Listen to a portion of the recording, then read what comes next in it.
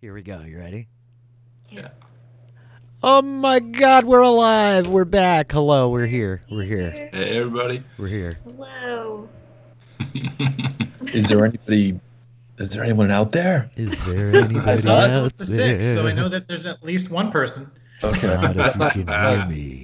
There you go. Hello, number one. Is there anyone at home? I'm gonna just keep singing as long as you guys let me. How are you guys doing Right. tonight? How We is start it? with threats. Yeah. Yep. Listen, it's not a musical, so don't come down too hard on me. How is everybody tonight? How are you guys all doing? Good. Doing really good. Awesome. Good. Glad to hear Doing it. well. Yeah.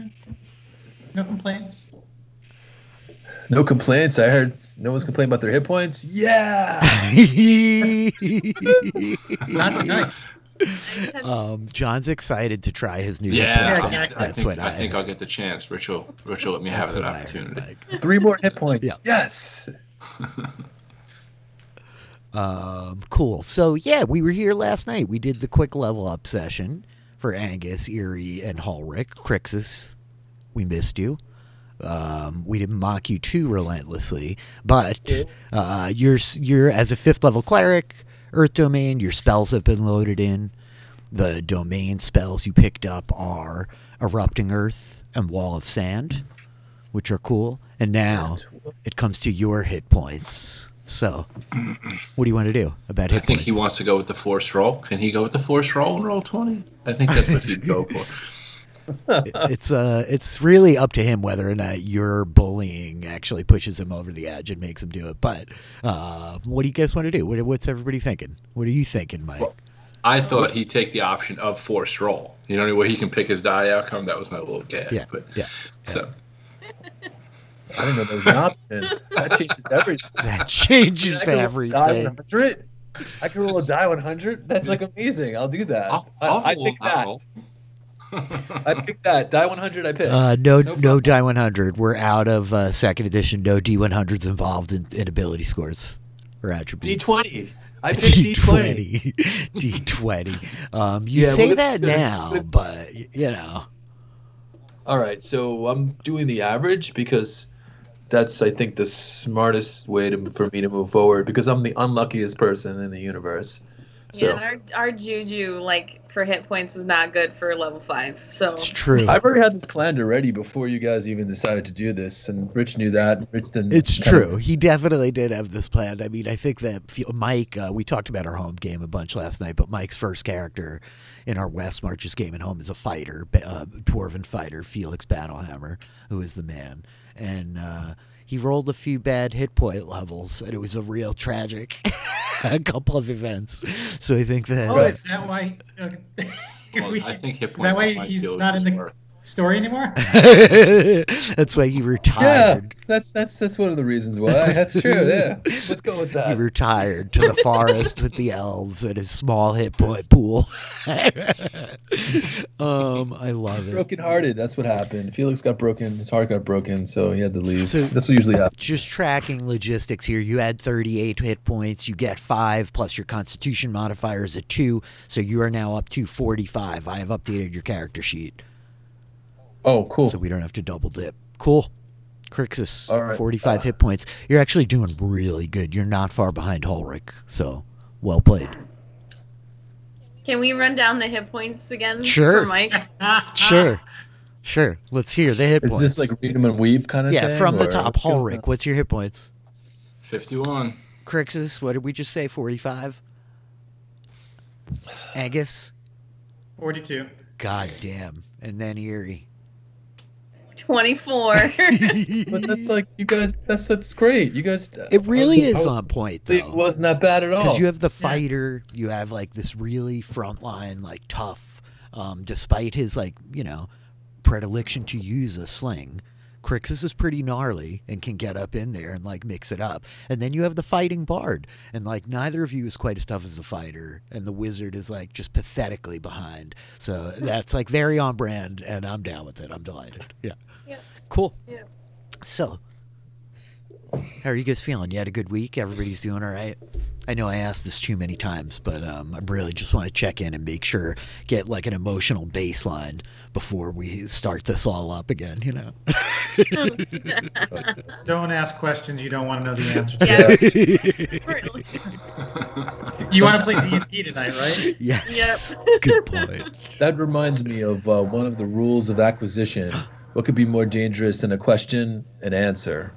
Dun, dun, I don't know what rule that dun. is, but that's what you got to go by the rules of acquisition, you know? Yeah, I like that. There's few things more dangerous than a moose with no name, Mike. What was the TV shows? You said you've been watching some cool stuff that you wanted to talk about. What are you watching? I just watched some.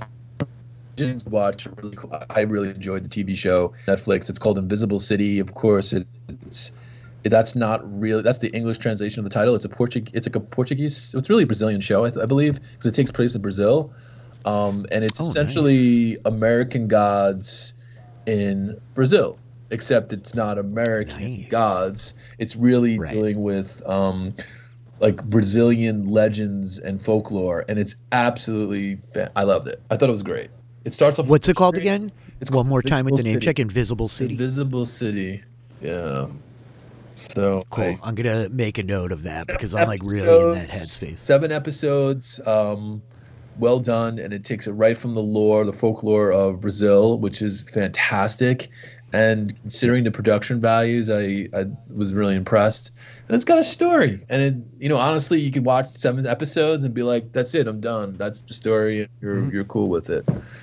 They come back. That's a good. And also, on that note, which another TV show, which is talking about American Gods, Part 2. It takes place in. It's called Ragnarok. I don't know if you guys saw that show. That's another show. I think I saw Really promos good. for it, but It's no. pretty much sort of like a kind of like it's not per se retelling, but it's like essentially it's once again Ragnarok essentially is a Norse myth of the end of the world. It deals with Loki. It deals with Thor. It deals with the giants. Well, guess what? Yeah. It does. It's like it's sort of a modern age, and it takes place like in this sort of remote community. And yes, it deals with Thor, it deals with Loki, it deals with the giants, and it's fantastic. And it's good, huh? So I'm like very in that headspace. I've been reading a lot of City of Mist as a role-playing game. A couple of us have talked about it a little bit. Kurt actually pointed it to me years ago. He had bought it on it. Did you get it during the Kickstarter, Kurt? I never bought it. I just heard of it. You just heard of it and mentioned it to me, and I became obsessed, as I'm wont to do, and like voraciously consume the books. But it's a really cool kind of narrative-focused, dramatic RPG that's very tied into all these elements. You play like people in the everyday world that are infused with all these like mythic legends and stuff, and yeah. So I want to check both those out. Ragnarok, I knew about. And I'm glad that you give it a thumbs up.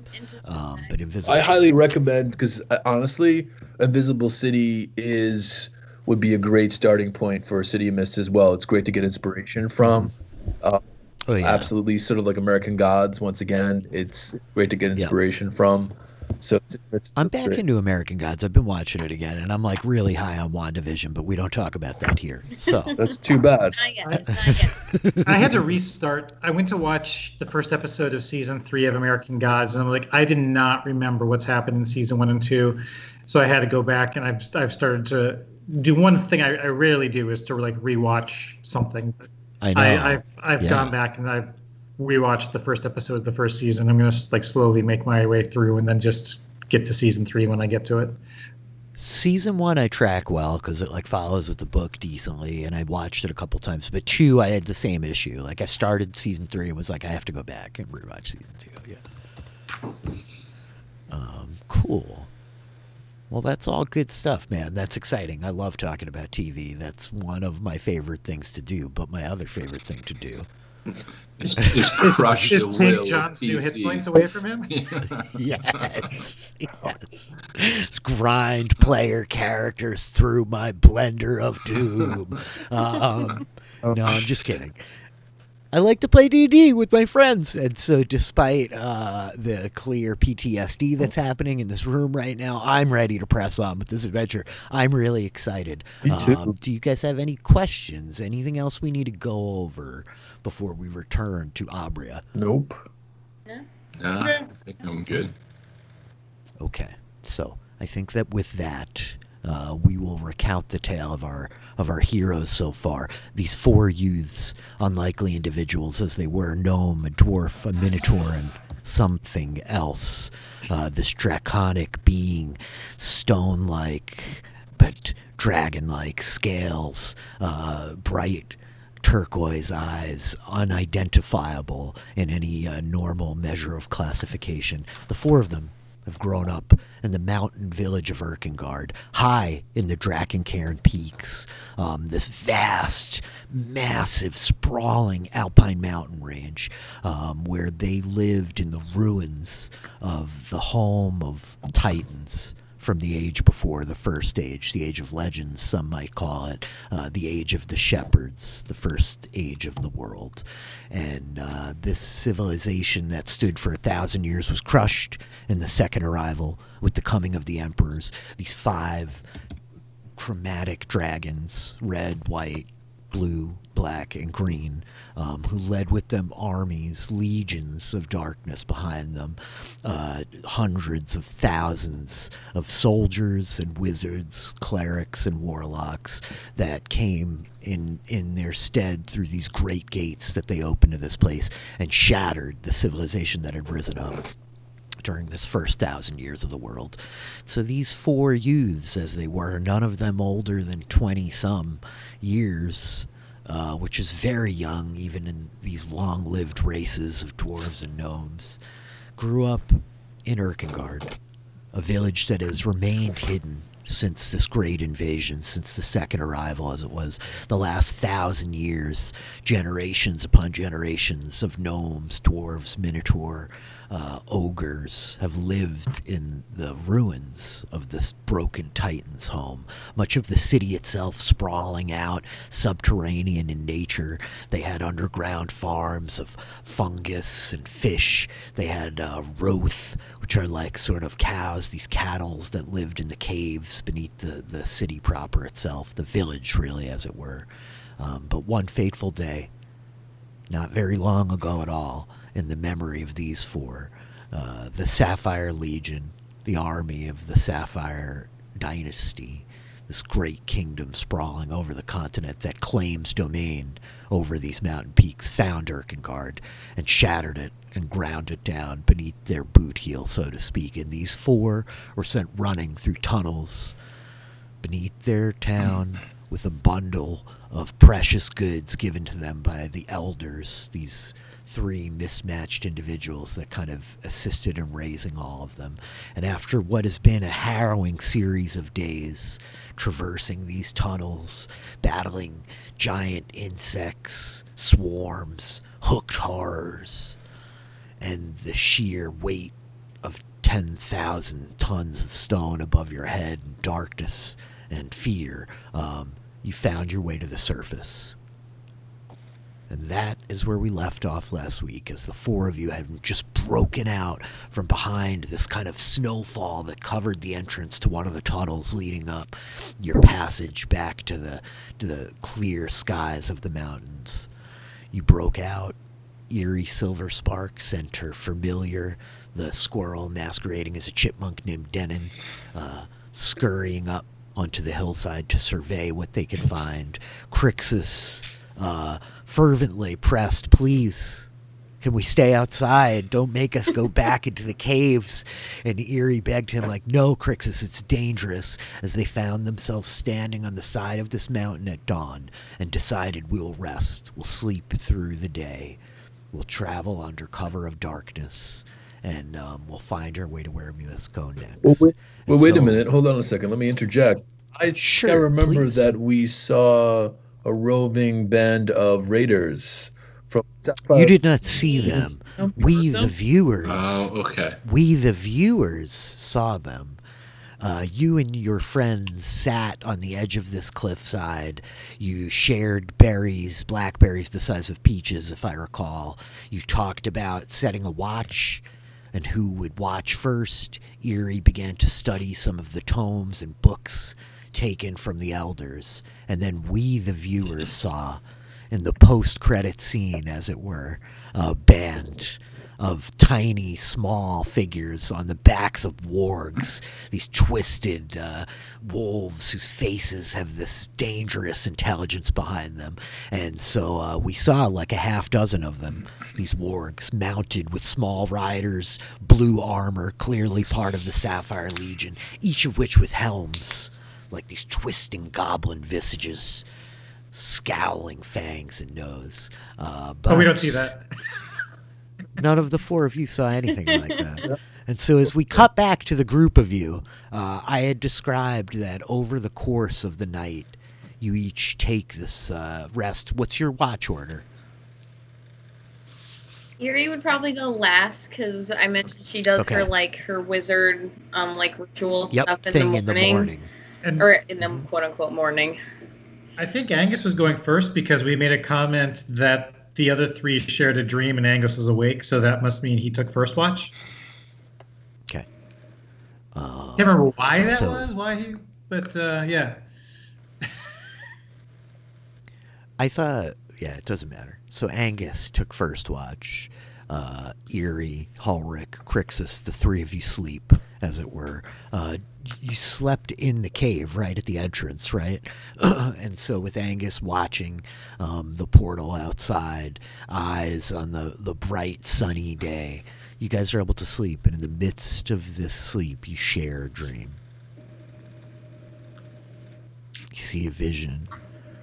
It's almost like you're flying over the tops of the mountains with a bird's eye in a very literal way. And the bird kind of like wheels and spins and drops, like landing on this tree, and it peers down. And I think that the camera like pulls away from the bird's perspective, and we begin zooming in closer, and you see down in this cleft in the rocky slopes of the mountain, snow and rubble piled around it, this set of huge double doors, these stone doors etched in dwarf runes. Their words obscured in this fugue state in your dream, but each of you sees the vision of this place. And with that, I guess like Angus awakens Eerie, and she takes her watch in the morning, and the four of you have all essentially been able to get a long rest. You've leveled up. You've learned your new spells, and we find ourselves now, as you awake, evening kind of setting on the mountains, sitting in the mouth of this cave. And Angus, you had the same dream when you do eventually find your sleep. Yeah. Postscript. You're dreaming. You're in front of the school in your underwear. Yeah.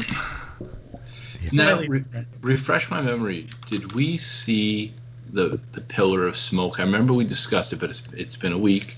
So we saw the pillar of smoke that we believe to be our town burning. Is that a fair assessment? Yes. Okay. Yes. So like 2 peaks over back kind of to the east, a little southeast of where your location is, you could see black smoke and like the bright blue clear sky, right? And you know from your years growing in this place, a hunter's campfire, a small fire, you would not spot that from here. What you're seeing is like some massive burning that's occurring out there. And Rich, when Angus is keeping watch, he would likely activate his ring. He would take the ring off of his horn and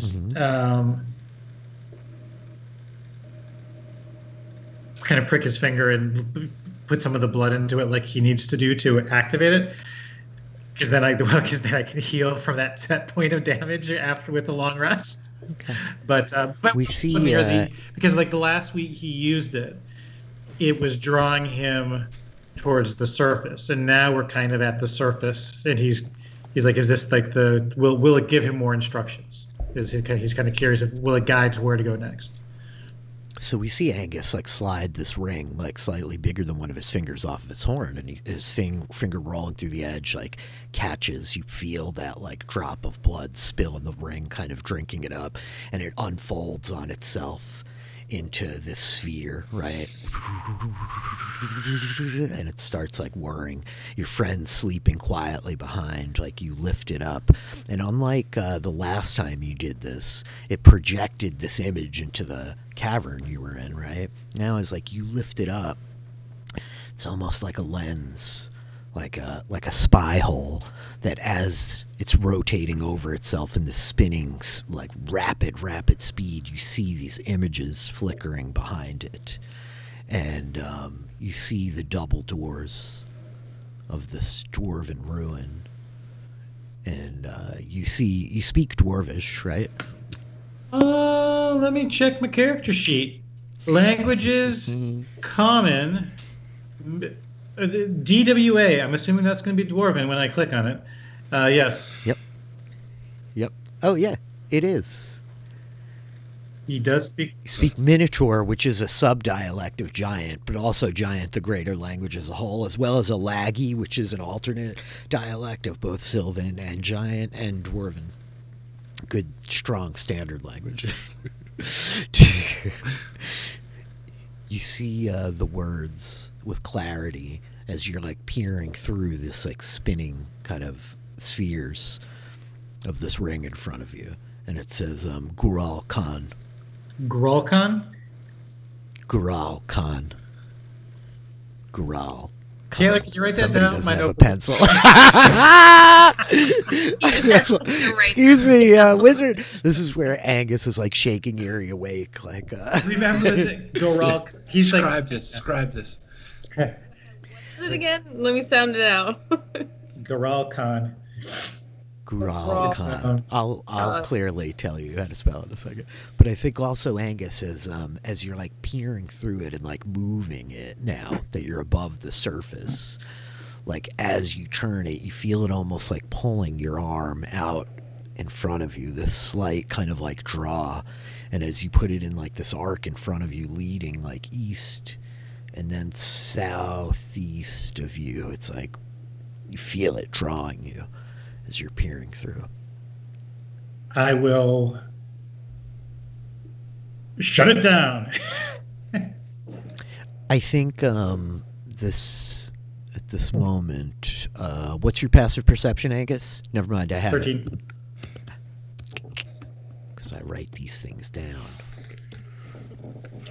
We also have a map. Indeed you do, but you're not all awake yet. Okay, Angus, after you're done peering through your ring, we're getting timey-wimey. No, it's okay. I assumed I was awake now because he woke me up. I don't think that was canon. That was DM interference. That was DM interference. Fair enough. I'm gonna get serious. Yeah. So Angus, you managed to like peer through this thing. Is there anything else you're trying to like do with it? No, he was hoping for some indication of a direction to head, and he has. It was like east by southeast. Mm-hmm. Yeah. Mm-hmm. And so with that, I think that like as you let your mind like focus off of it, it begins to slow until the rings collapse back down inwards upon itself, and it just. He has to look at it like one of those magic eye paintings. Like he kind of you look past it, and then you can see the rings come to life. I love it. You have to like relax your eyes. Yep. Okay. With that, Eerie, you're awake. The rest of you all wake up. Angus is able to like go to sleep without any incident tonight, and so the lot of you like find yourselves in the morning, gathering, regrouping. So we surfaced at dawn. Did we just decide, we're going to stay here like all day, all night to the next morning? No, it's like late afternoon, evening. We were gonna take off at dusk. Okay. I think. Right. I think we negotiated. Angus said like, I can't see, so if we can like start as the sun is setting, that would be nifty. I think Ulrich would definitely talk to you guys. That he'd say, I'm really concerned. We've all hunted out here, and it would be foolish to think that such a large force wouldn't be, a large force trying to capture slaves wouldn't just take off. They would expect the people to run into the countryside that they know so well. And they're going to track us just like we track game. We're gonna leave tracks in the snow everywhere we go, and they're airborne. Yeah, I mean, we're just gonna have to be really careful. Wait a minute. Are you saying that maybe we should go back into the mountain? I'm wondering if we should go back down. Well, and you know what? I've talked to Father lately, and I can cast a spell that could predict if we go down this mountain that if we might encounter woe, or perhaps things might work out for us. It's called augury. Huh. What do you think? Well, but wasn't Angus's ring telling us to go up though? Did Angus disclose any of this? He's trying to. He's sleeping. You said this is Angus awake at this point? I think everybody's woken up at this point. Yeah, I think. Yeah. What direction is back into the mountain? Going back down into the mountain is like down vertically, right? But it travels like slightly north and then eastward. Okay. Just to like clarify, right? Like the chamber you came up from, Bladefall, had a passage that was like leading further that you heard Heirs down. Yeah. And that is like sort of traveling in the same direction. But the smoke we saw rising that we believe is Erkengard, that was off to the north. Or no. Okay, you ready? I'm like getting my orientation wrong now. I'm talking myself in circles. As you guys are standing here, to your east is Erkengard. You were traveling west away from the city. At Bladefall, the passage that continued down below ground traveled like due west. The one that you took went a little southwest, right? And the direction you're trying to go in is west. Yeah. Oh. So to that end, to what Taylor said, Angus would say that we need to head east-southeast because that's the direction the ring was pulling him in. I misspoke. Oh. To that end, Rogash, the Hawkeye, the Alagi, had given you guys a map. Does anyone remember who took it? Eerie. As you guys were leaving? Eerie, did you take it? I don't remember a map. Rogash handed you guys a map as you were fleeing the chambers. Like one of the few things Rogash had to give was a map, right? This is that map.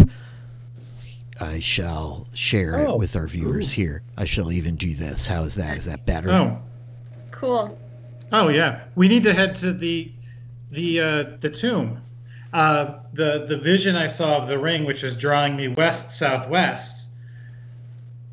There was also a vision in the ring of these dwarven, these doors with dwarven so there was these runes in the dwarven door that said Drakencaern, and according to the map that Rogash gave us, the tomb's to the kind of westish of here, so we should continue in that direction. But that's okay. Wait a minute. What did the ring say again? I'm getting really confused by all this talk. You guys, can we get the story straight? Where we're supposed to go? Southwest, southeast? Out of character, the DM misspoke about the direction it was pulling me, and he meant to say west, southwest instead of east, southeast. So back in character, the ring was pulling me, guiding us towards the kind of the westish southwest area, and then looking at the map, that's where this tomb is. And that's also the name that I saw envisioned in the ring. So we should be heading. I think that's where we need to head. So you misspoke because the DM misspoke. If we're talking out of game right now. Yeah, I said east when I meant so west. Once again, let's go back to the beginning. We have two choices, don't we? So we could go back to the mountain, right, and possibly head toward the direction. No, we can't. We have three choices. We forgot the one where Mike busts his balls, which is one of my favorite choices. I love that choice.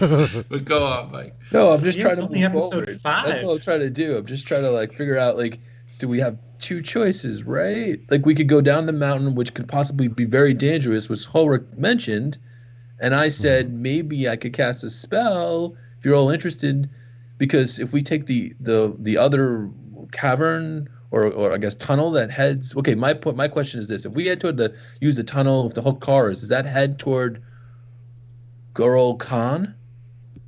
It heads towards the west. Yes, it travels in that direction towards the west. Yep. So then, I'm against that because the ring was pulling us to the surface initially. Because earlier we had up and west. Also, another point is my concern is that the underground tunnels specifically, I'm assuming, are going to be crawling with this army.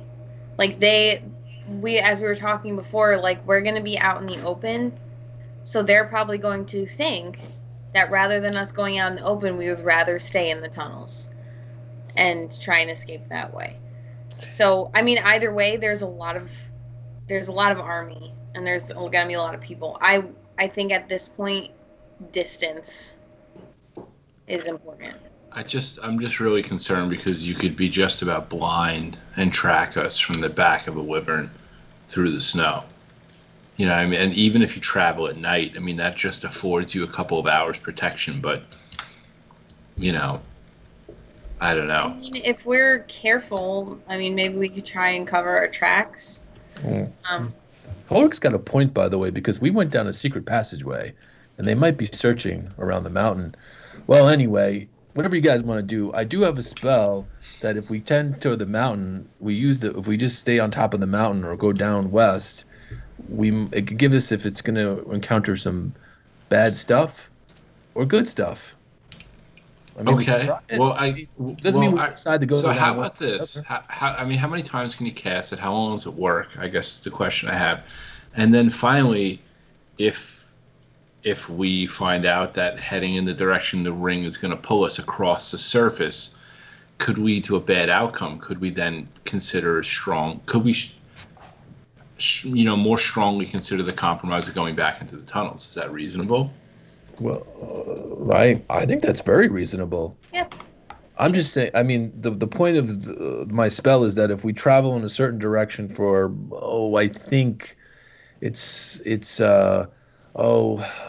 maybe half an hour or so, if we will encounter good tidings or bad tidings. That's how it works. I think it's a good point to consider because they are. If we do encounter a wyvern again, but then again, we might encounter hook horrors too. So I don't know, right? We're surrounded by danger. Can you cast it twice? We were given these trinkets by people that we trusted. Still trust.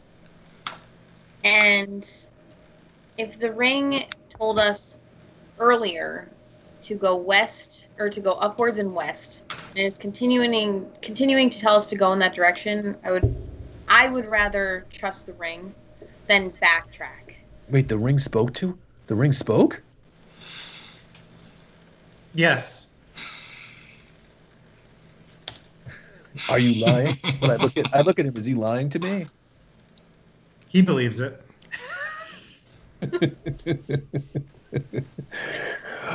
You have a magical ring that speaks. Oh, wow. Angus, you should have said this much more. Oh, well, then I think that decides. The magic ring that speaks tells us where to go, and if it says we must go down the mountain, we must go down the mountain west. Okay. Or up the mountain. I also have a mechanical question. Angus and we both have prestidigitation, yes. Mm-hmm. Can that be used to cover our tracks in the snow?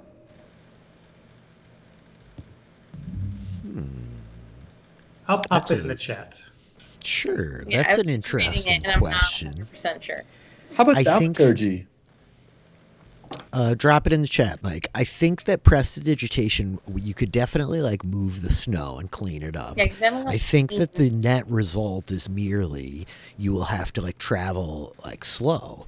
You know what I mean? Yeah. Every couple of feet, you have to stop and cast prestidigitation again, and Oh, yeah, that's a gonna good slow point. you down. range is 10 feet, right? Mm-hmm. And it lasts up to an hour, I guess. You instantly clean an object up to 1 cubic foot. So that's a big space, but still 1 cubic foot. Oh, is yeah. nothing. I mean, if I Agnes know. and I are kind of at the back, There's going to be this sweepers. clean path of no snow just going in our direction. So just a couple of things. I'm sorry for okay. misspeaking about the directions. I should have just shown you the map as soon as Taylor mentioned it, right? But to that point, yes, you guys have this idea that you were supposed to go west when you left Erkengard. You traveled west. You could go back beneath the ground. Everything that like all of you are saying is correct in terms of the dangers that are at hand. You have like some magic and some tools available to you to like make your decisions here. But the snow, just to be clear, is like windswept and gusted. It's not like there's just this soft, like untouched blanket of snow covering everything, and you're in the middle of like some dead field, you know. Okay. Because of the nature of things and the way that you guys operate, it won't be the like most obvious trail, but what Ulrich's saying is also still true. Yeah. I'm not trying to like invalidate the point that like, yeah, if they're flying around, that's going to be problematic. You know, yeah. It's tough. I have a question. I have a question for Ulrich. Ulrich, what do you think the chances, since you have dwarven ancestry, what do you think the chances that there are underground tunnels that might lead to this tomb of Drakencaern in the mountain? Well, I think there's a really good chance. I think there's an even better chance we die trying to find it. I don't think it's realistic to think that we could somehow traverse. I mean, is there even a scale on this map or no? No. Okay. But yeah, you have like some idea that you've traveled many miles to get from Erkengard to like roughly where you are. Like you figure it's been like 40 miles. You've been underground for days, you know. Right. So, according to the map, we think that we might. You know what? I don't even know. No, I don't think it's realistic to try to find. No, it's a fair question. I just don't think it's, you know. I don't think it's a worthwhile endeavor. So you pretty much now want to, instead of go on the surface then? Well, I think there's a reasonable range that you would patrol if you were looking for people, right? I mean, if you're out in the wilderness, most people are not going to flee with the intent to keep going. I mean, I would imagine most people who did flee immediately are going to try to double back to get supplies before they try to take off again. You get attacked, you run out of the village. Most people didn't have the cave and secret escape route that we did. So if anybody survived, they're going to go back for food. They may be still scouring the caverns for us back in Erkengard. I mean, They saw us go in, they didn't see us come out. Rich, have any of us heard of the tomb of Drakencaern? Make a history check. That's a great question. Can Erie make one as well? Yeah, if you're proficient in history, you can make a history check. Of course I am. Hey, Rich, can we determine where we are on the map in relation to where we are right now? Did you just say that? You're pretty confident that you are at this location, this like little unmarked area right here. Oh, wow. Okay. We're close. We're pretty well. You're pretty confident that that's where you are. Okay. Okay. 18 and 19, the bard and the wizard say. You have definitely heard not of the tomb of Drakencaern, but you've heard of Drakencaern. Now I can't say it. Drakencaern. Drakencaern. Who named these things? Anyway. I know. What a fool. What a fool. He is a dwarf. Of course it's a dwarf. It is. Drakencaern was called the Bear, and like he was one of the dwarven heroes whom Nallis the Smith recounted many tales to both of you as young children. A great hero of the First Age who was alive at the time of the second arrival, the invasion. And so he fought alongside the Titans and the Night Gnomes and the Ogres and the Ogre Magi of the Drakencaern Peaks in those like final battles. He stood with the Titans when they were like destroyed. And so as you like reflect on the map and Drakencaern, like you didn't know that there ever was a tomb built to him. It was rare that any of these like soldiers who died in this time had monuments erected in their honor, as it was like a frantic time of war, right? But it lasted for the better part of a century. Like the breaking of the old civilization did not happen overnight. And so over those years, clearly like somebody built some shrine to the bear dwarf, as it were. And Titan's Hall was like a great kind of vast, like sprawling meeting place of the Titans and the Drakencaern. And I think that the revelation that you guys had over the last like couple of days in your travel is that Erkengard wasn't like this vast Titan city. It was like the house for one family of Titans, you know?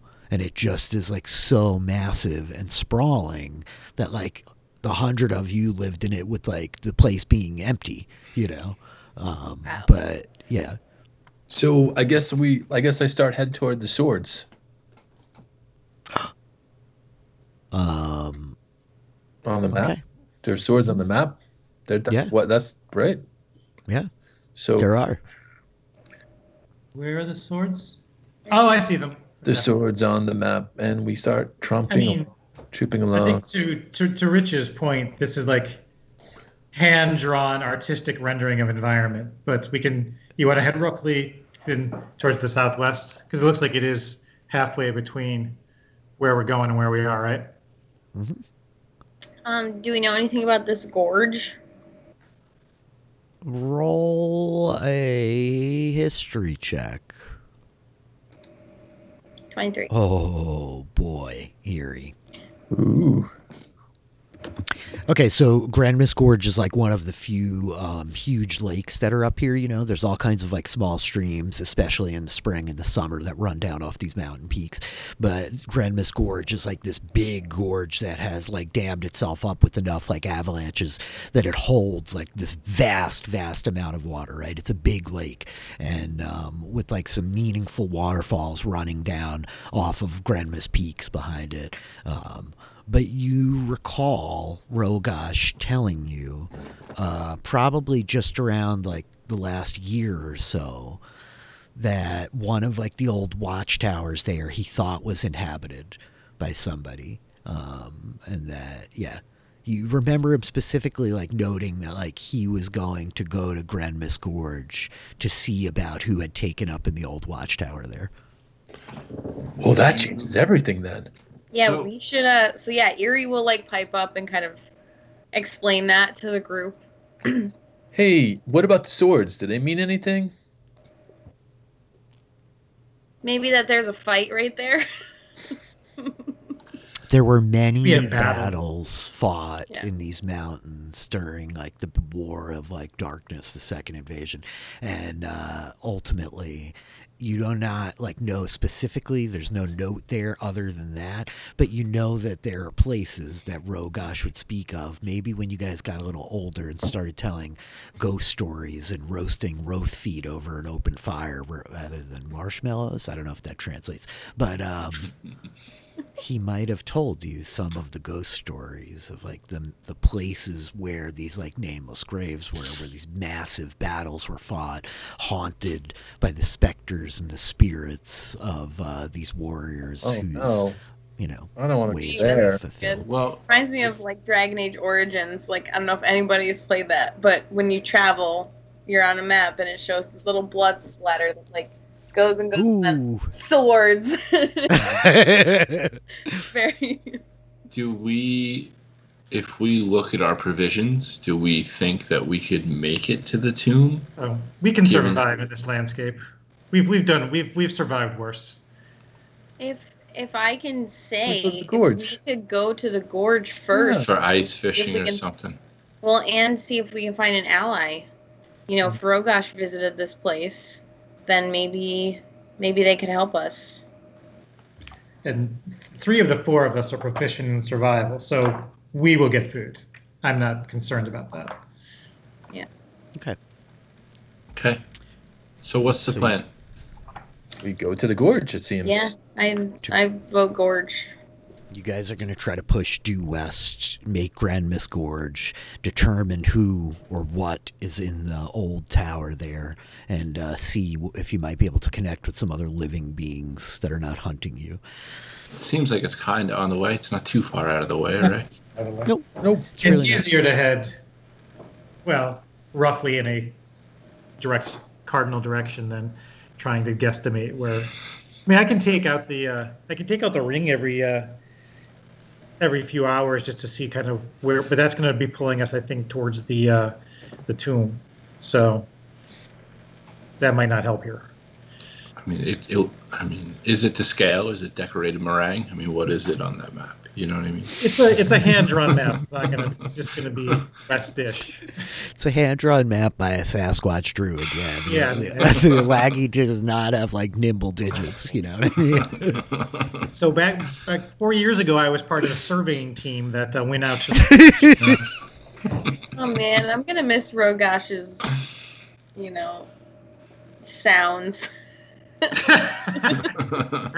Me too. Me too. It was a strong start, I felt, for Rogash. Luckily, he's not the only Alagi in the world. Thanks. If you want to play an Alagi, keep your eyes out for Titans Heirs when it's published on the Dungeon Masters Guild at the end of this little stream. And the Alagi have been converted and updated for 5th edition in there. I like how I'm promoting products that are not for sale yet. Keep your eyes out.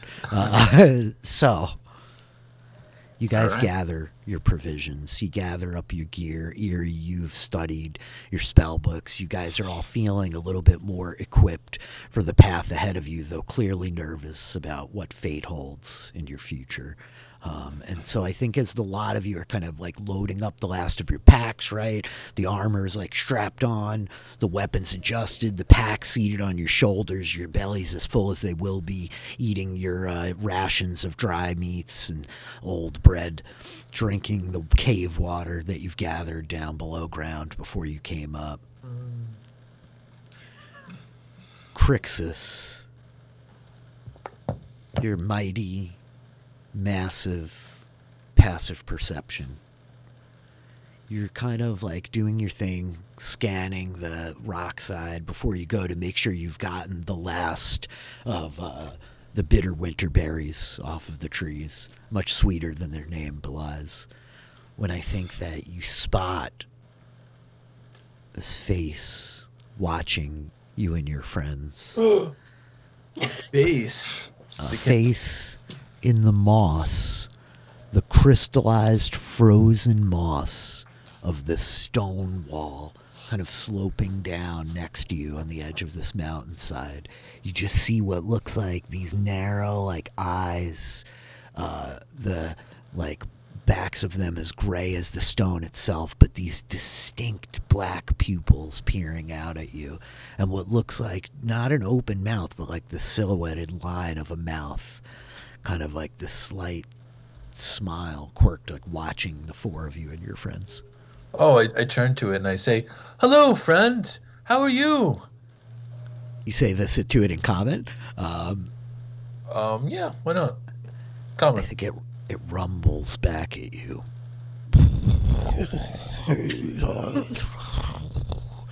But you understand the words, just like you understand Father, even though he speaks with strange sounds sometimes. You know what they mean. Is it primordial? It's the language of Terran, which is specifically that of Earth elementals, but part of the tongue of Primordial, a dialect, as it were. And what it's saying to you is,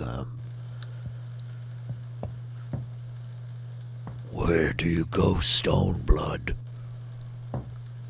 Oh, I guess I would talk back to him in Terran, and I say, I go, where is it? To the gorge. To the cold waters of the gorge. It replies back, this like rumbling tone, and you guys now, the three of you, like peer around, and you see Crixus. Crixus is like walking towards this wall of stone, and I'd like all of you to make perception checks. Ooh, I love perception checks. Eerie, The three of you. Crixus, you don't have to. These three. Oops, doesn't matter. No, you're good. Right. Yep. Oh yeah, Hallrick. Like, you think Crixus might have lost it. He's like talking to the wall with some, but he's not talking. He's like making these sounds like rumbling rocks. Angus, you see the face, like your angle peering over Crixus's shoulder. You're just ever so slightly taller than him, and you catch sight of this face, and you hear it rumbling. But Eerie, like you can't quite see past him. Hallrick, you're like, we got bigger things to worry about. There's wyverns up here, you know what I mean? Like your eyes are like training the sky, and Crixus is walking towards like this stone slide, and the stone replies back to you like, It took me too long to move, but I thought we might chat before you go. It's been long since the hairy one came. Oh. Oh! Oh, you know Rogosh. Eagle Eye, yes, he with many forms. Will I continue to... How far away is he from me right now? Maybe like another 15 feet now. Oh, well, so I skip over to him and I kind of wave everybody over. I say, "Oh, I found a new friend, everybody." Who are you talking to, Crixus? I say, "I am Crixus, and these are my friends. That's Hulric the dwarf. That's Is he motioning towards a given area that I might be able to try to see again? Well, you're walking over at this point, I presume, or you're approaching him? Yeah. Okay. So Crixus is introducing all these things, and I think that you hear it say back to you their blood is the old blood too. They are friends. Hey, Mike. Have we heard Crixus speak in Primordial before? Probably not. This is weird, guys. So, Crixus is, I think something's wrong with his stomach. I swear that lichen was good. As you guys start walking over, No, Angus, you can't see him. Come closer, everyone. Come closer. Angus. Please. I found somebody we could talk to. He thinks that you're everyone's friends here. Everyone's friends. Hey. Angus, you could see the face before these others, but Eerie and Hulric, as you guys are approaching, you suddenly hear this and you're terrified for a minute because it's the sound of an avalanche. It's a sound you're all trained to be aware of, but that moment of panic, and you see this figure step out of the wall and I think it falls a few inches, this heavy rumbling thud on the ground, and there's this clearly person shaped rock, but it's as tall as Hulric is. It's way shorter than Crixus, and it's wide. It's this huge kind of boulder, it's almost shaped like a turtle. It has no neck. His face looks like he's just coming out of his shoulders, and he's looking at you, Crixus, they don't speak the tongue, do they? I'm not sure if they do or not. And I guess I turn. Hey, does anyone speak Terran? He's waving at you at this point. The little stone man. Not a one. No. I'll approach him and shake his hand. Oh. I think he steps forward been so long since I've seen minotaurs, he's saying to Crixus. And he does the two-handed politician shake. He's shaking Angus's hand way too long, you know what I mean? He's got a firm grip. Eerie gets over her shock and then kind of starts studying it and walks around it and taps her staff on it one time. I'm pop. Is this your relative, Crixus? What is it? That's a good maybe. Okay. Crixus, do you know what is it? What is that? I don't know. I don't read books. Can you ask? Well, we have the primary source in front of us. Can you ask? Oh, what's your name again? My name is Nemi. Nemi. He is elemental, I think, of earth and rock, Eerie. That's right, just like you. Just like me, I say. Just like me. And I say back to everybody, Eerie, you know things about elementals, don't you? I thought you read books. Make an Arcana check. Huh? Make an Arcana check. Yes. With advantage. Ooh. I don't need advantage. 29. 29. This is a Galeb Dur. Galebdur are like these very specific small elementals that are sometimes placed as sentinels over like druid sacred groves. Rogosh has told you much and more about them, as the elementals are like inexorably intertwined with the Titans and the entire legacy here in Erkengard. And they're not prolific in the Drakencaern Mountains, but earth elementals are things that can be found in the wild places. The elemental planes are the only planes easily accessible from the world of Abrea. But the Galebdur are guardians, sometimes conjured by wizards, though they're naturally occurring. Often they are convinced by druids to take up a guardianship or a stewardship over a place and protect it. Yeah, after like realizing, Eerie like looks at Crixus and is like, can you understand what I'm saying? I think so. Can he, Rich? Can No. you understand them? Not at all. Not one word. Not one word, I say. Can you please tell him that it's a pleasure to meet him, and is he the guardian? What is he guarding something? Did Rogosh ask him to be a guardian?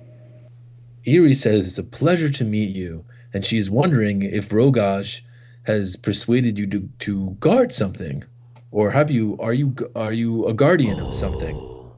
Not him. He came just a little while ago. I've been here, well, for nearly as long as I've been. In the beginning, it was much nicer. There were more of us. The Titans would talk for hours and hours. They would tell stories of the old worlds. Sometimes, Father would even come and tell great tales to all of us gathered together. But that was a long time ago for me, even. Not Rogosh. He's telling the story right now. It's going to take a while. They named me very slowly. They named me Nemi because I remember things, and they told me to watch this place before they went in, and they haven't come back out. Rogosh says they're long gone now, but it's hard to believe. You mean what place are you referring to? This place right here, this entrance. I was to guard it. There's an but entrance. I think Did I miss an failed. entrance? The one we came out of. The one we came out of. Oh. Yes. Also an exit. Geez, so we walked only a few feet and boom, we met you. Oh, Nemi, this is a great day. I'm so happy to meet somebody new. It took me quite a while to wake myself up. I heard you when you came with the sun. But I needed a good stretch. Oh, can we do anything for you? Like scratch your back? Or give you rocks and things to eat? I do like rocks. I eat all the same ones here. If you have anything different, I wouldn't say no. But what is that? I see smoke in the sky before I got out of bed. I give him some rocks that I have on me. I have some rocks. I think like you see Crixus give him the rocks. You guys are watching, like, they're just going back and forth, like, Yeah. you know, it's very, like, jarring, you know, but Crixus, like, gives him a handful of rocks. He's like, oh, these are from quite a walk away. He's like eating them like Tic Tacs, you know what I mean? Rocks like rolling out of the side of his mouth. Angus like, says to it's almost like Eerie, cannibalistic. Yeah. Angus says to Eerie and Ulrich, I think he's bartering for information. So this should be good whatever we get. Yeah, maybe. I'm getting like never-ending story vibes. Do you guys remember the like rock guy with the motorcycle? Remember. I think Nemi, we're going to be. Do you know you anything see- about? Is there any trails that you might know of on the way to the gorge? Because that's where we're going to be heading right now. Oh, sometimes they come from out that way. Little green-skinned fellows with big floppy ears and pointy noses. They come hunting. Hmm. There are foot trails. If you head north around the slope, you'll find them leading down into the valley. They will bring you right up at the bottom of the gorge. Oh, that sounds great. Thank you. Do you hear the dogs? Do I hear the dogs? I hear them now. I think wolves, they call them. Oh, yes. There are wolves around, I say. I turn to everybody. Is that something we would expect, Rich?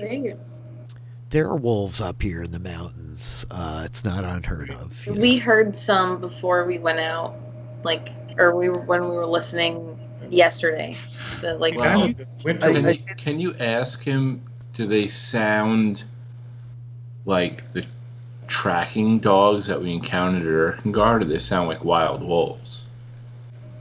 Oh, I ask him, do you think that they sound different? Are they? Yes, they sound angry. Uh-oh. It's like they have words behind their growls and howls. I don't like it at all. You're right. Hulk was right, everyone. Mark your calendars. But there's a search out here waiting, maybe searching around for us. Well, do we want to go that way then, or should we just stay off the trails and skip the gorge? I mean, I would still like to go to the gorge. Crixus, would he want to walk with us there? Well, I guess I turned to Neme. I said, did you hear her? She wants to invite you to come with us to the gorge. Oh, that's very sweet. He says, that's very sweet, Eerie. I can't go very far, but I'll come as far as I can. I think he's bound to this location to a certain degree, but he'll come with us. See, he's shaking his head. He understands. So he'll come with us. He'll journey with us as far as he can. In Galabdur, the nodding means I am hungry for the flesh of the softies. But none of us know this. It's definitely like I don't understand what any of these people are saying, so I'm just gonna nod and smile routine. Oh, that's universal. Yeah, nice. Exactly. Transcend space and time. Well, I guess unless there's anything, I says, do you have any questions for us, Neme? You've been so nice to us. Rogash. Will he come back? No, Rogash is not going to come back. We think that those wolves attacked Rogash. Always making trouble. All these years.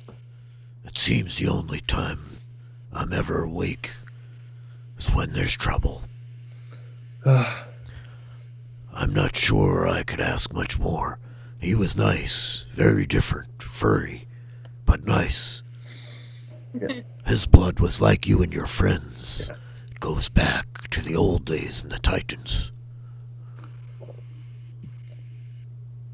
I tell everybody what he says to me. I translate. That's what I've been doing, translating. At this point, he's kind of like lumbering away from the wall, like this awkward little waddle, kind of almost. Well, I don't know if there's anything I could tell you. I remember so much I don't know where to start sometimes. When was the last time dragons came here? Oh, there was one not so long ago. I didn't see it, you see, but I smelled it. After it came, I'll never forget those smells. Like the lightning in a storm, but nastier, unclean. Ooh. That sounds like a different type of dragon than I'm thinking about. That was right before you all got here. Before that, It's been quite a while.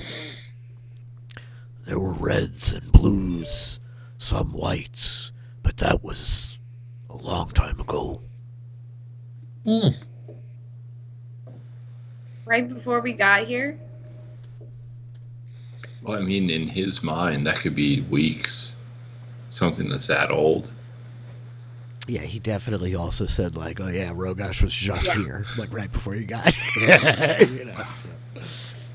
He's I very, mean, that means that, When was the... He hasn't seen anybody? That's what I asked him. You haven't seen anything around? What was the last thing that you saw? And how long ago was it? well, I heard when they came through the rumbling in the bones of the mountains. It sounded like many, many feet with armor and weapons. The armies, they used to call them, like before. Ooh. I heard the cries of the wyverns in the air, lesser dragons. That was right before you got here too, when I smelled the dragon. Since then, only did I see Rogosh and the green ones from the gorge. Oh. So, does that mean that... I don't want to think about... There are cats and goats, sometimes birds, but they don't talk much. They don't talk much, so they do talk. Sometimes. Only one in a very, very few naps have I heard speak to me, and I have to listen closely. I think they're not really birds. Oh. Like your friend who changes shape. Can you describe maybe. this bird that talks? Doesn't have horns, does it? Oh no, I've seen those I things. don't like those things. They're terrible. With the man shadows. They're very terrible. Terrible. Terrible. No, these birds were more like birds, but Like eagle with birds? faces like ladies, and they yell and sing a great deal. They're very, very loud, Oh. but sometimes they talk. Sometimes they talk. Oh. The quick question about the Chromatic Dragons, the purple one, like the Sapphire Legion one, is that Virago? Yeah. Okay. Yeah, Virago is like the blue dragon empress, all seeing god queen of the Sapphire dynasty, the like mother of storms, blue dragons, lightning. Yeah. Storm queen. He smelled Yeah. bad lightning. So I'm gonna say that maybe that means something not good. Not impossible. Yep. So he's kind of like walking with you, guiding you, and he's like, when the green-skinned ones come, they come from here. They follow this path. I've never seen them try to get into the cave, or I would have to stop them, so I'm glad. They're ugly, but I'm sure they think I'm ugly too. And so he like comes around and he's like pointing down like through the valley, and he says, it's not a road like the Titans used to make, but that trail should be good enough for your soft feet. Thank you. Yeah. Crixus told me, said thank you. Yeah, please. They say thank you. Thank you, Thank you. cousin. Maybe one day we'll visit again. We'll be able to come back this way.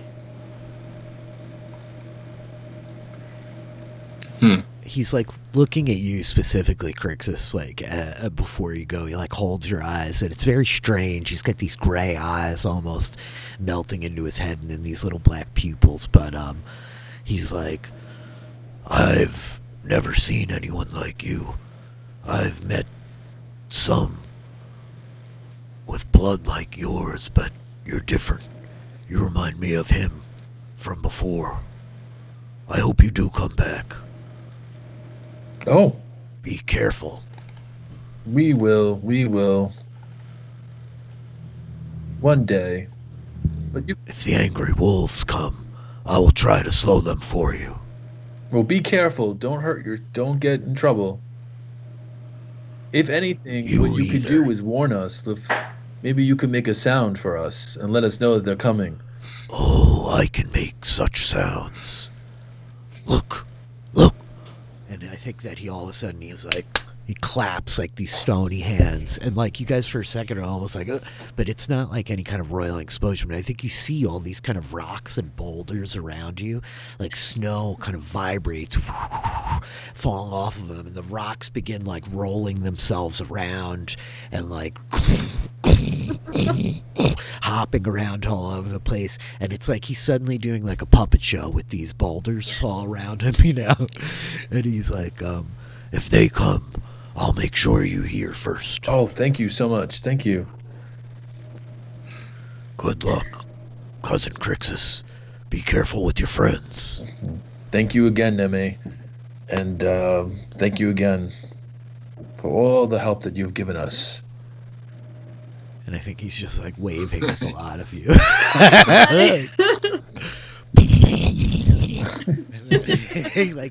He turns. And you just see him like, he like tucks his arms up under him and like rolls up into a ball. And it's like, whoa. What's the name? Kind of rolls back. Now I'm in Labyrinth. What's his name from the Labyrinth? Ludo? Ludo. So I was thinking too. Ludo. I was thinking the same thing too. Oh. Ludo. I love him. And so with that, Bad. this particularly exotic earth elemental that you've come across rolling away from you up the trail, the four of you kind of peering down this winding, twisting goat path, drifts of snow all over the place. So you begin your journey. You guys are going to head to Grenma's Gorge. I think so. Okay, cool. John's like, goddamn right. Can we get going already? What's the marching order? Typical by height order? Yep. I'll go out in front. Okay, No. so mixing it up a little bit. No. I have to step in front of you anyway as soon as something comes. So just let me be in front of you, please. I'll just listen. I'll step behind if I need to. Because I'm I back. can't see, Angus should probably be in the middle. Okay. As darkness has like set in now, the evening, the sun kind of still setting on the western peaks. It's still just early enough in the spring that the days end quickly. Angus should probably be right behind Ulrich so he can like walk with one hand on Ulrich's shoulder. Because I think Ear would be too short for her to walk with one hand on her shoulder. I could see even like holding the hammerhead, you know what I mean? I know better than to touch the dwarf's hammerhead. Oh, yeah. That's just rude. We've talked about this before. It's like when people go for your horn. So yeah, do not touch the horn. Oh, wait, Angus. Which one? Angus, or I'm sorry, Ulrich, Angus, Eerie, Crixus, the four of you in a line begin your descent. Why don't I have you guys roll a survival check, whoever's at point. Clearly many of you have survival, so you can help one another. I would help Ulrich. All right. I have small wisdom. Or small survival. Advantage? Okay. I think we got it. Oh, I rolled a 23. yep. Crixus from the back is like, Ulrich, over here, this way. Like, dude, that's loose. And you're like, by God, he's right. You know? And so, Crixus, you also feel, where did you do with the scale? You attach it to your breastplate or to your shield? I don't remember. Armor. Right? You have the copper dragon scale that had like a magnet on the back of it, if you remember. It's like lined with this magnetic stone. I wanted to eat it. But I can't because it's got a magnet. You did want to eat it. Well, it's got stone around the edges. I want you to imagine like the outline of it, right? The very outer like edge of the thing is kind of like Attach it to got this my stone. armor. Okay, so it's like attached to your chest. Cool. So the lot of you begin. It's slow going. It's tough. You're like heading through not cleared roads. You're climbing, handholds. Like at certain points, you're digging through deep snow. Ulrich and Angus in front, having to kind of like blaze the path for Tiny Eerie as she travels behind. Wait, I'm behind now?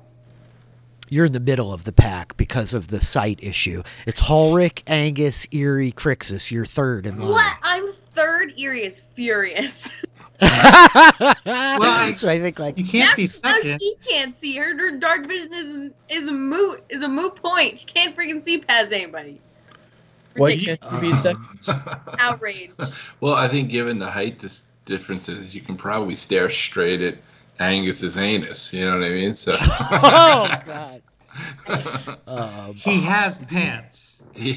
Just to be clear, like He doesn't even have thumbs. How is he buttoning anything? What is going on? Yeah, thumbs. That's not canon. That's not canon. He just has hooves for There's feet. art right there. Look, he's Okay, holding a sword. okay, all right, fair. Okay.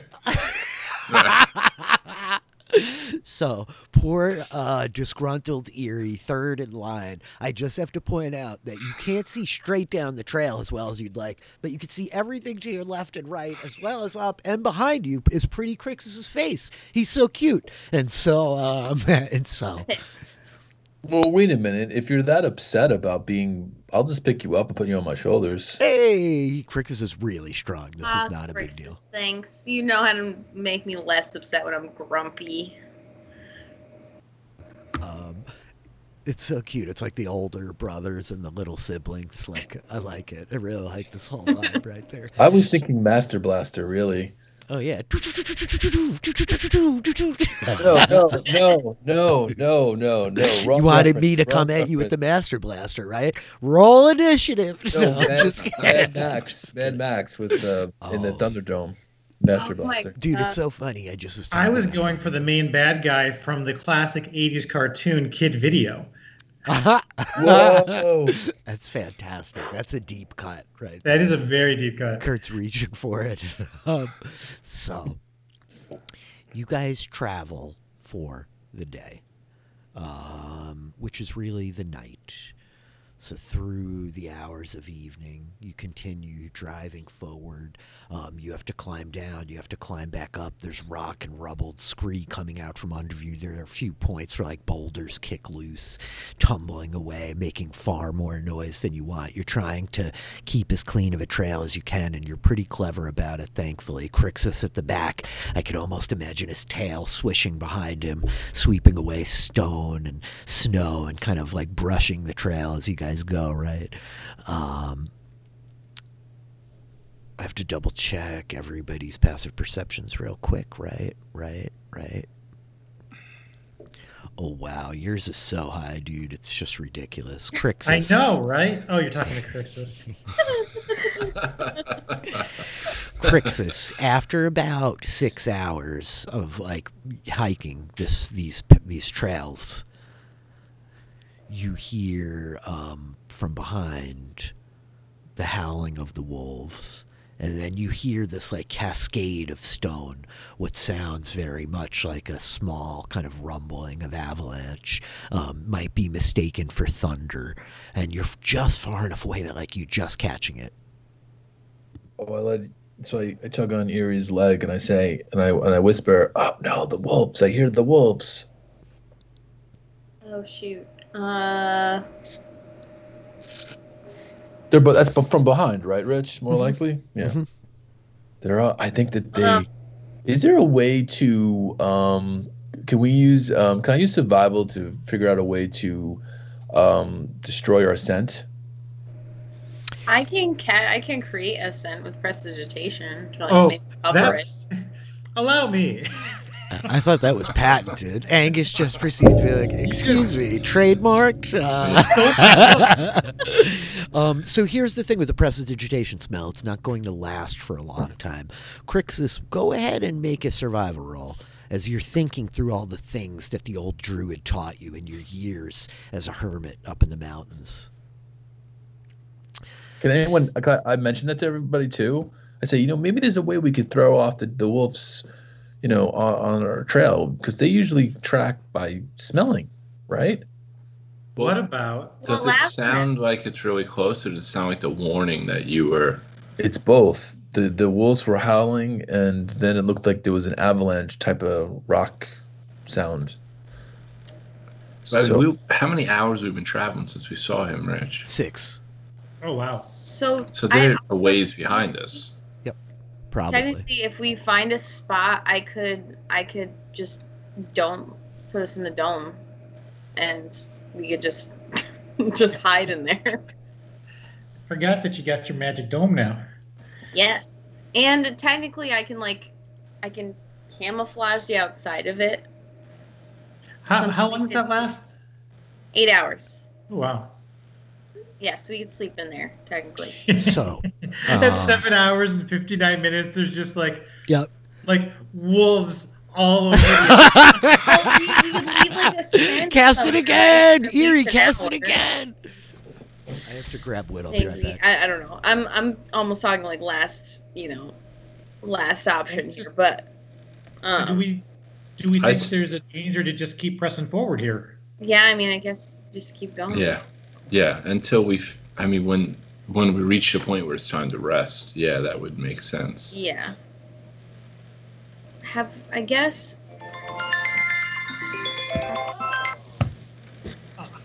Sorry, just having a flashback there.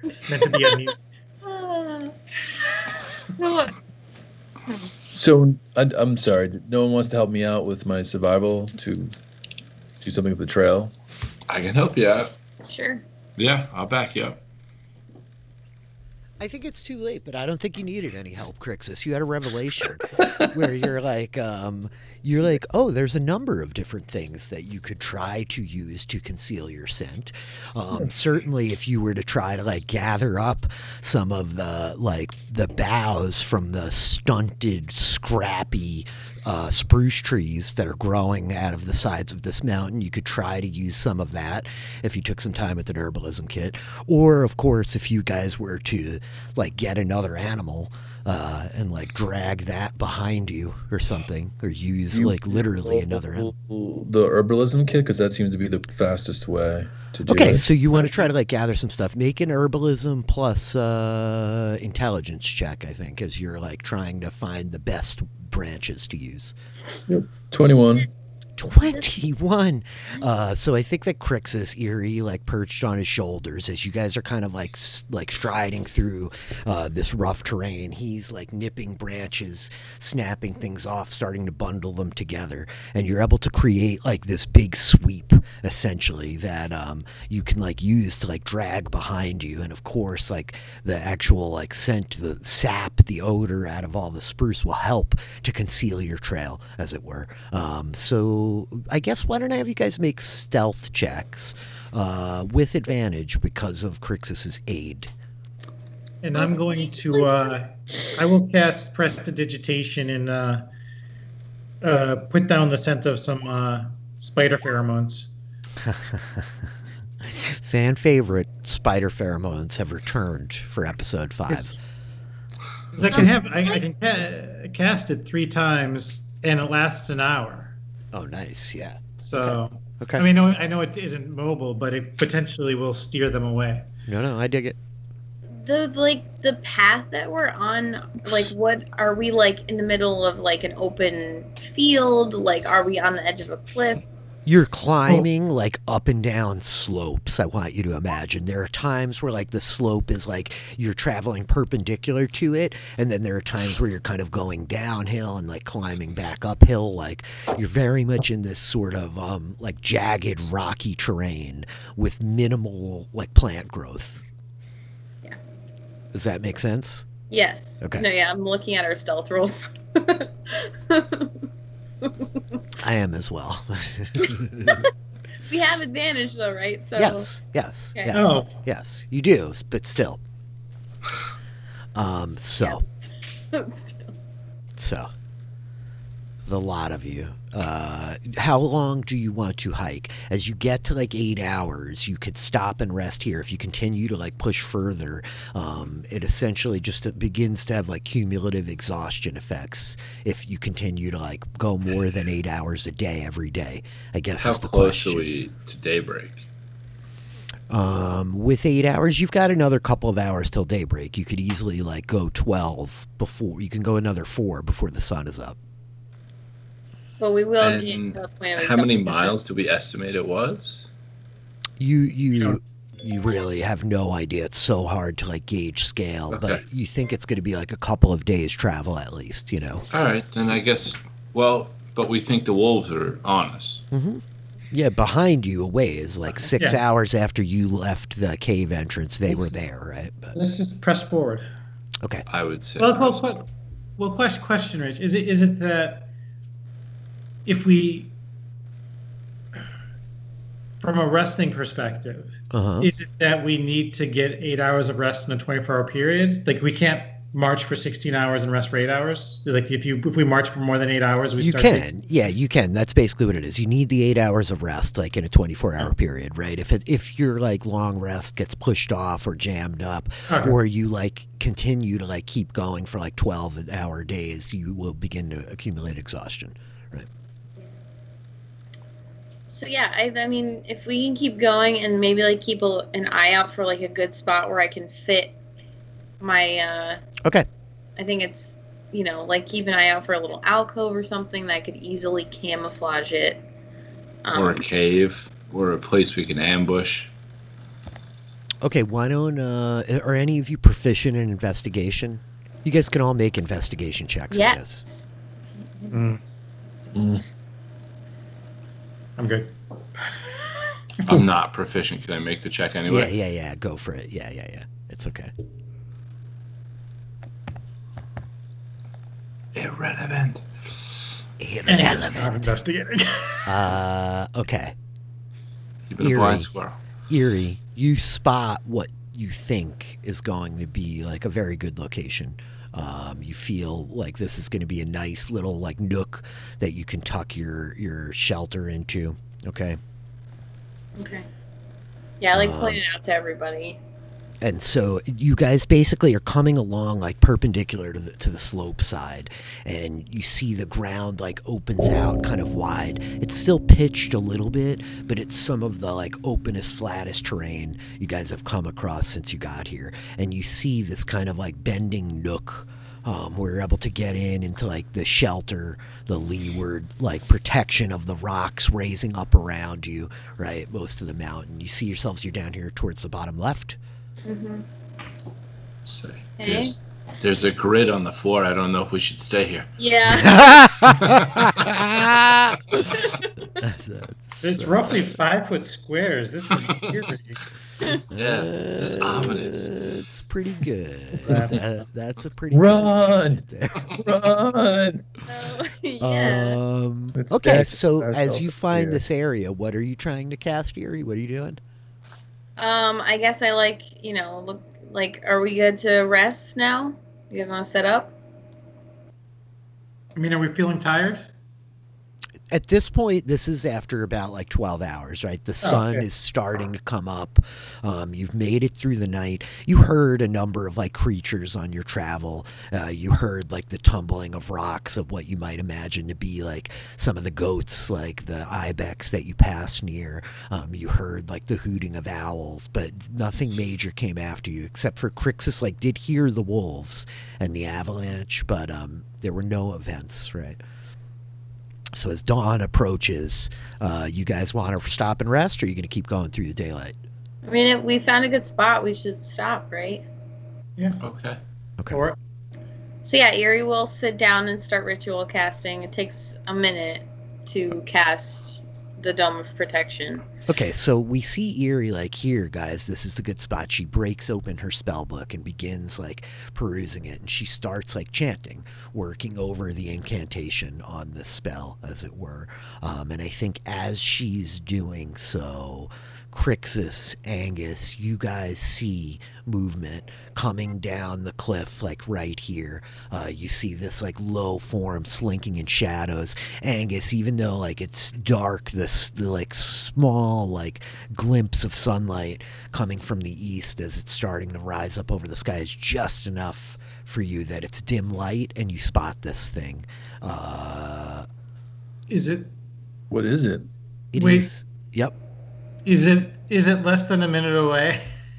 Yes, it's definitely within a minute, and it is a lizard, Crixus. It is this long, not enormous, but like long, low-to-the-ground lizard, probably in scale to like what we would know as like a Komodo dragon.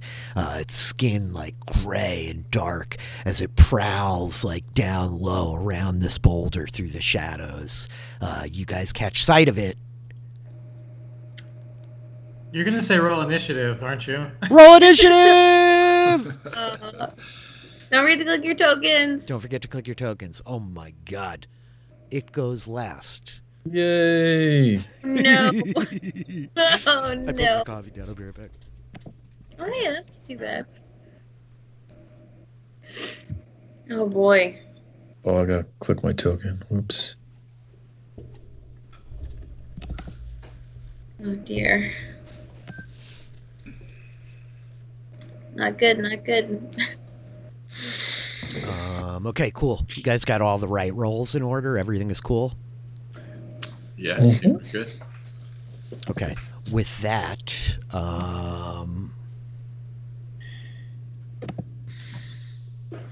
who's up first? Angus, you go first. Your dex beats Ares.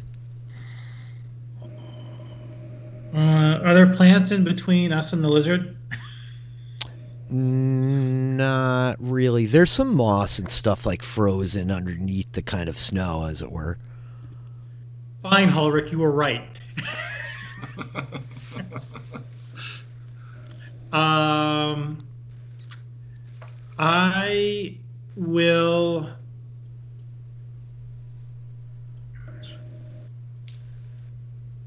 I will just move in front of Eerie with and drawing my sword, and I'm done. Okay. You should have control of your token this week. Yep. Is that right? Okay. Are you readying an action, or you just? Nope. Okay, Eerie, you're up on 15. Okay, so does this disrupt my ritual casting? Not yet. Not yet, unless you say you stop ritual casting. Like, as of now, you're in round, like, let's say, you ready? Here, I'll give you one of these. You're in round 3 of ritual casting. You've been ritual casting for 18 seconds. You need 7 more rounds. Yikes. Okay. Also, question, and this might be a stupid question. Does ritual casting take a spell slot? No, that's the whole thing with ritual casting. That's what I thought. Yep, it never takes a spell slot, but everybody except for wizards has to have the spell prepared. Yes. You are just able to like crack your book and ritual cast anything you know. Okay. All right. So yeah, I mean, I'm just gonna break. I'm gonna hold off. I'm gonna stop casting it and like stand back up. But those 18 seconds you'll never get back. I see this thing, right? Yes, it is this like lizard, gray-skinned, saggy, like droopy, almost like a pug's kind of face, down like low to the ground, creeping around this boulder coming down the cliffside here. Great. I'll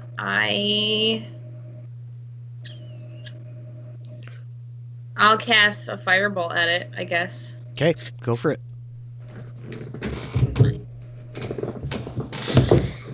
The maps, by the way, you guys are from Dice Grimorium. You can like check them out on patreon.com. They have a lot of great free resources available, but their like opt-in Patreon content is pretty rad as well. 20 hits. Eerie, what does this look like? So what the hell? Wow, I rolled great on that one.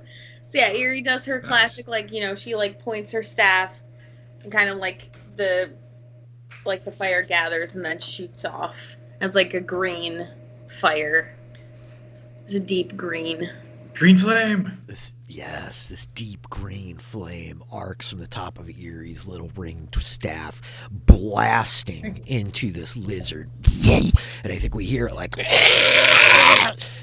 this like terrible groan as it rears back, flame searing it. Eerie, that's your action. You have movement and a bonus action. Stay right here. Crixus, you're up on 14. Oh, poor lizard creature.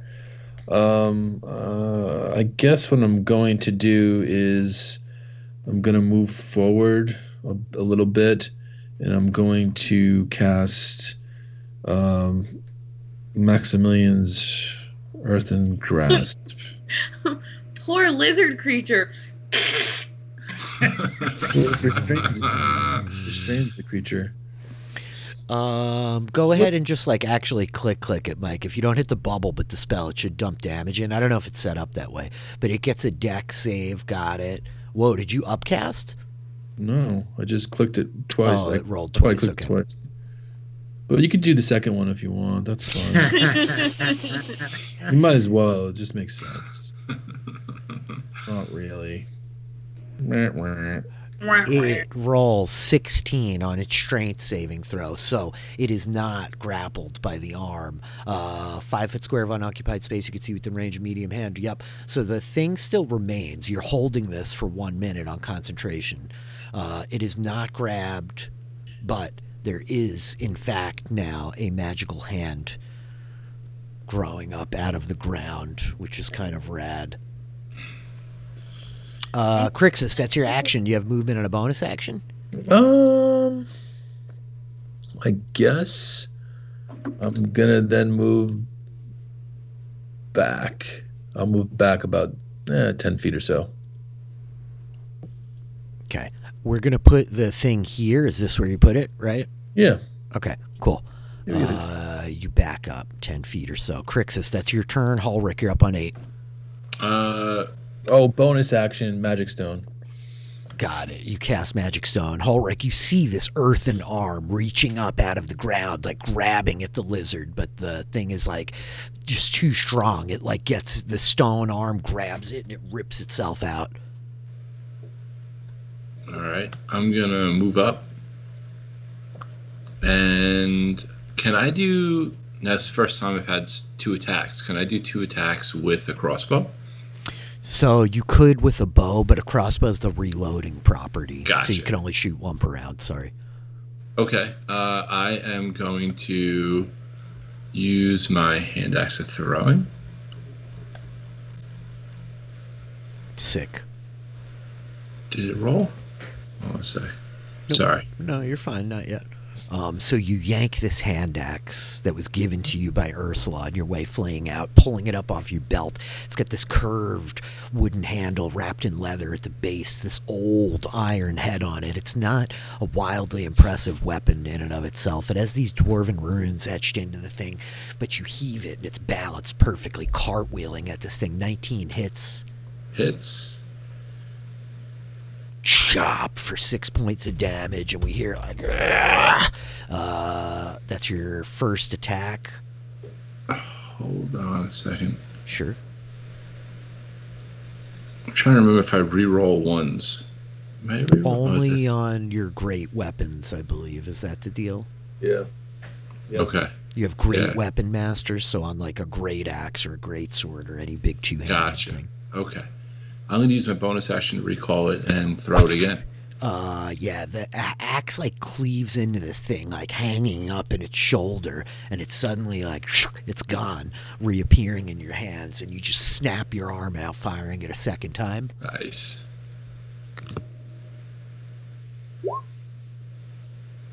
"12 misses. The thing's like, and the arm is flailing around in front of it, and I think the axe like deflects off the stony arm. We see it like clatter into the stone over here. All right. That's part of your movement, your action, and your bonus action. You have some more movement if you want, Ulrich.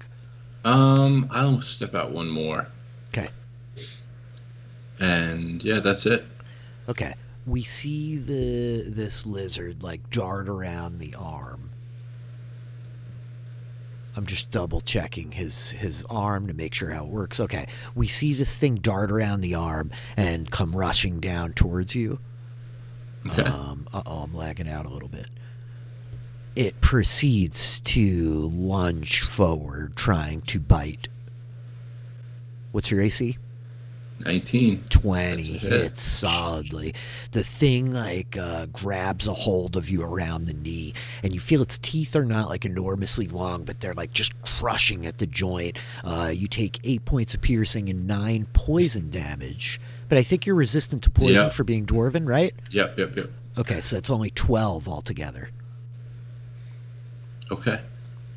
That's on 0. On 17, you guys hear a scrabbling sound from up over here as a second one of these things appears, scurrying around like the ledge, kind of following its partner, and it's going to come in for Angus. What's your AC, Angus? 7. 16 misses.